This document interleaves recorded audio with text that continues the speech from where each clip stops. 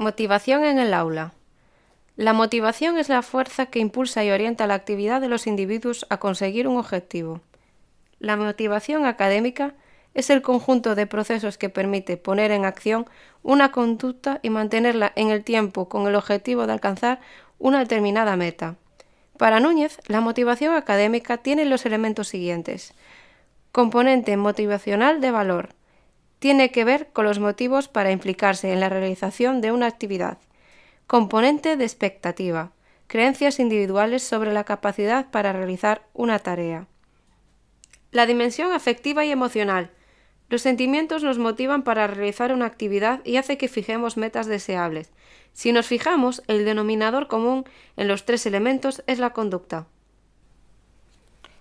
Entre las teorías de motivación más destacadas encontramos teoría conductista. Se centra en las recompensas y los castigos que dirigen la conducta del estudiante. Por ejemplo, ante conductas positivas o respuestas correctas podemos premiar con las calificaciones o notas, puntos extras por un buen trabajo, reconocimiento verbal, etc. Teoría cognitiva. La motivación se produce por variables internas como las percepciones sobre las causas del éxito o fracaso y sus creencias de que pueden controlar eficazmente su ambiente. Dentro de la teoría cognitiva destacan tres autores. Tolman propone que en la conducta motivada se integran tres tipos de variables. El motivo es la carencia o necesidad de algo, de algún objetivo concreto. La expectativa es la esperanza de poder conseguir el objetivo y el incentivo es el valor que el objetivo tiene para el individuo. Festinger fundamenta la motivación en la disonancia cognitiva, que se basa en el malestar psicológico que se produce en un individuo cuando alberga dos ideas opuestas. Entonces se ponen en marcha mecanismos para hacernos volver a la coherencia. McClelland y Atkinson proponen la teoría de la motivación del logro. La fuerza de la motivación está en las expectativas del éxito y el valor del incentivo y el motivo que le impulsa. El sujeto puede afrontar dos motivos contrapuestos: la motivación para alcanzar la tarea y la motivación para evitar el fracaso o miedo de no conseguirlo. En el año 1983, Eccles y colaboradores ampliaron la teoría de la motivación del logro en función del valor de las tareas, distinguiendo cuatro aspectos. El valor del logro, que es la importancia que se da a hacer bien una determinada tarea. El valor intrínseco o de interés, que es el interés que un individuo presenta por una materia o la satisfacción que le supone realizar dicha tarea.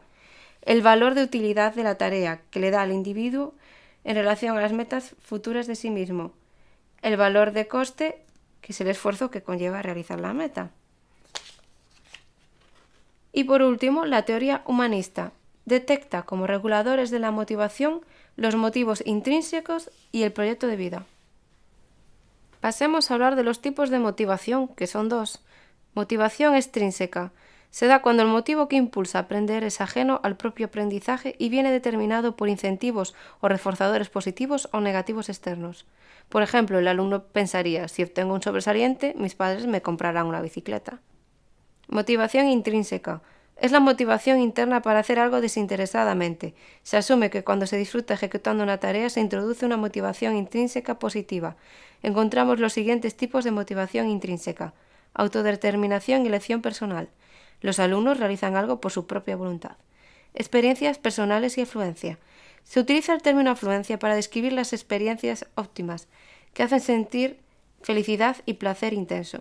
La afluencia se produce cuando participan en actividades que les suponen un reto, pero ni demasiado fáciles ni demasiado difíciles. Por lo tanto, quedan absortos y les produce una sensación de dominio. En caso de que sea demasiado fácil, se produce aburrimiento, y en el caso contrario, produce ansiedad. Implicación cognitiva y autorresponsabilidad. Se basa en crear ambientes de aprendizaje que estimulen a los alumnos a participar. El objetivo es que los estudiantes estén motivados para que sean constantes. Teoría de la atribución. Los alumnos en el aula y las personas en cualquier circunstancia tratan de explicarse sus éxitos y sus fracasos atribuyéndolos a distintas causas: capacidad, suerte, dificultad de la tarea, el esfuerzo. Estas causas a su vez se pueden clasificar en tres dimensiones: locus de causalidad, estabilidad de los hechos y controlabilidad. La situación más positiva la encontramos cuando un alumno atribuye el éxito a causas internas. En el contexto escolar existen relaciones significativas entre el tipo de atribuciones que realiza el alumno y su rendimiento escolar, y también con sus expectativas. Nuestra labor como docente es conseguir que todos nuestros alumnos se encuentren en la situación B. Para ello debemos estimularlos con la realización de actividades en el término exacto de dificultad y hacerles sentirse seguros de que la pueden completar. En caso de fracasar, no atribuirlo a una incapacidad, sino a una falta de práctica y hacerles practicar de nuevo en aquellos puntos débiles. Factores que influyen en la motivación. Factores personales. El autoconcepto. Es la representación que el individuo hace de sí mismo tras considerar y evaluar su competencia en diferentes ámbitos y que conjuga aspectos sociales y cognitivos. La autoestima se desarrolla pareja a la evolución del autoconcepto. Un alumno con autoestima baja atribuye sus éxitos a la suerte y sus fracasos a su falta de capacidad. Un alumno con la autoestima alta atribuye sus éxitos a su esfuerzo y sus fracasos a su falta de esfuerzo. Otro término relacionado con el autoconcepto es la autoeficacia, es decir, la creencia personal de poder hacer, saber o dominar una tarea, un contenido o una técnica. Está relacionada con el rendimiento. A mayor autoeficacia, el alumno más persiste en el desarrollo de una actividad y más empeño le pone porque tiene más expectativas. En el caso contrario, el alumno tratará de evitar las actividades por miedo al fracaso. Otro factor son las expectativas. Eccles las definió como creencias sobre lo bien que se harían las tareas, tanto inmediatas como a largo plazo. El alumno se compara con sus compañeros y depende de la opinión que tiene el profesor sobre sus capacidades. Otro aspecto relacionado con las expectativas es el término disposición mental. La disposición mental es la perspectiva cognitiva que elaboran los individuos para sí mismos. Esta puede ser de dos tipos: disposición mental fija. El alumno cree que sus cualidades están grabadas y no pueden modificarse. Y disposición mental de crecimiento. El alumno cree que sus capacidades pueden cambiar y mejorar a través del esfuerzo. Continuando con los factores personales, encontramos las metas de aprendizaje. Se pueden distinguir de dos tipos: metas de aprendizaje centradas en la tarea y el dominio, donde los estudiantes se mueven por el deseo de saber, la curiosidad, la preferencia por el reto y el interés por aprender. Metas de aprendizaje centradas en el yo, la ejecución y el rendimiento. Los estudiantes están orientados hacia la consecución de metas extrínsecas.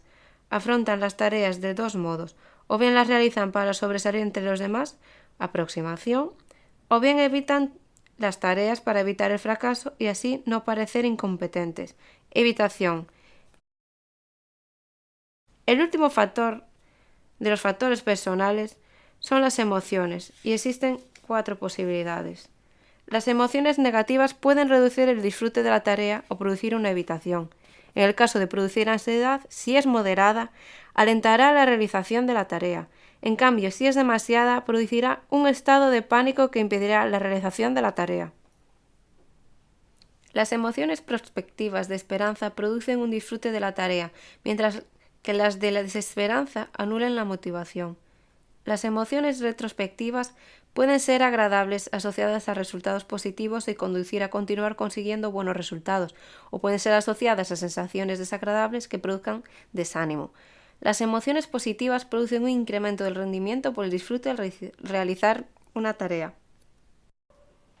Otros factores son los factores del ámbito cognitivo, entre los cuales encontramos 2. Planificación. En la planificación se incluye el establecimiento de objetivos. La autoeficacia y el rendimiento mejoran cuando los alumnos establecen objetivos específicos, cercanos y desafiantes. Otra estrategia es fijar metas desafiantes y saber gestionar el tiempo. Valores y propósitos. El tener un propósito y darle un valor al estudio son incentivos para lograr nuestros objetivos y aumentar la motivación. Hablaremos también de los factores relacionados con el contexto, que son 2. Motivación social. Los alumnos que muestran una conducta socialmente competente suelen destacar académicamente más que aquellos que carecen de ella. Las necesidades sociales de los alumnos se reflejan en sus deseos de ser populares entre los compañeros y tener amigos íntimos. En primaria, los alumnos están más motivados para agradar a sus padres que a sus compañeros. Al final de la enseñanza primaria, la aprobación de los padres y la de los compañeros está casi igualada. Hacia segundo o tercero de secundaria, la conformidad con los amigos supera la conformidad con los padres. Y en bachillerato y formación profesional, la conformidad con los amigos desciende hasta cierto punto a medida que los alumnos se hacen más autónomos. En las relaciones sociales existe una relación entre la motivación de logro y el modo en el que los padres preparan a sus hijos para tener confianza en sí mismos y para la independencia. Es esencial crear expectativas positivas y reforzarlas. Además de con los padres, los alumnos se relacionan con sus iguales, y esto puede influir en la comparación social. Los estudiantes suelen compararse en cuanto a la posición académica y social que ocupan, y la influencia del grupo. Los estudiantes que son más aceptados por sus iguales y poseen buenas habilidades sociales suelen obtener calificaciones mejores y mostrar una motivación positiva hacia el rendimiento. Por último, la figura del profesor influye positivamente cuando apoya a los alumnos. Este consigue que trabajen con mayor motivación. ¿Cómo influye el contexto en la motivación? Influye en 3 niveles. Influencia en el autoconcepto. Como decíamos, el profesor influye positivamente cuando apoya al alumno. En el caso contrario, si el alumno es criticado constantemente, hará que su autoestima disminuya. En cuanto a relaciones entre iguales, es importante porque favorece el aprendizaje de destrezas sociales y la autonomía. El segundo nivel es la influencia en las metas de aprendizaje. Los elementos influyentes en el contexto escolar son que el profesor aplique estrategias motivadoras y tenga expectativas positivas, que la distribución del aula facilite la participación interactiva, que las tareas a realizar constituyan retos realizables y susciten interés, y que el sistema de evaluación esté centrado en la tarea o en los resultados únicamente. El tercer y último nivel es la influencia en las emociones. Cuando un alumno disfruta realizando una tarea, se genera una motivación intrínseca donde pueden aflorar una variedad de emociones positivas y placenteras. Como docente debemos proponer unos contenidos a la distancia óptima entre lo que el alumno sabe y lo que queremos que aprenda. Si la distancia es poca, el alumno se aburrirá. Si es mucha, se rendirá o les producirá ansiedad si persiste la situación. A continuación, explicaré las estrategias para estimular la motivación. Estrategias para mejorar el rendimiento y evitar el fracaso. Asegurar a los alumnos que pueden alcanzar las metas, ayudándoles a fijar metas realistas. Asegurarles que les ayudaremos en todo lo necesario. Si el alumno está rezagado, se le facilitará material de apoyo. Asegurarles que solo se progresa si se esfuerzan y evitan que se rindan. Evitar las críticas y comparaciones. Formas de incentivar el interés. Demostrar la importancia de lo que están estudiando. Procurar que los alumnos puedan elegir en determinadas áreas, trabajos en equipo, individuales, ayudarles a planificar su tiempo y mostrarles estrategias de trabajo que le faciliten la tarea, crear un ambiente armónico en el aula, conocer los intereses del alumno y enfocar los estudios a ellos, animarlo y hacerle sentir responsable de sus éxitos, organizar un contexto de aula motivador. Propiciar un clima relajado y seguro haciendo que el alumno se sienta valorado y aceptado, ayudarle en la toma de decisiones y a ser responsables. Proponer objetivos y contenidos de aprendizaje significativo haciendo ver a los alumnos los objetivos, facilitar su comprensión, adecuarlo a los intereses del alumno y a su nivel de conocimientos y que estén relacionados con el mundo real. Provocar un conflicto cognitivo con las actividades de modo que resulte un reto atractivo y estimulen su resolución. Orientar el aprendizaje a la diversidad de los distintos ritmos de aprendizaje y mantener un seguimiento. Evaluar reconociendo el esfuerzo del alumno y no solo los resultados, fomentando que los errores son parte del aprendizaje. Eso nos lleva a la aplicación práctica en el aula. A la hora de aplicarlo en el aula, lo dispondremos mediante estas 3 pautas. Planificación. Es necesario conocer los conocimientos previos de los alumnos, sus capacidades, necesidades e intereses. Se comenzarán con actividades que garanticen el éxito. Puesta en práctica. Se debe crear un clima positivo de participación, llamar a los alumnos por su nombre, estimular el aprendizaje llevándolo a términos cotidianos y realizar actividades variadas con materiales diversos. Evaluación final. Se hace una reflexión sobre el proceso completo de enseñanza, se corrigen errores, se alivian situaciones de ansiedad, se valora el esfuerzo en función de las limitaciones, se estimula al alumno para continuar aprendiendo y se evita el fracaso continuado junto a las emociones negativas que conlleva.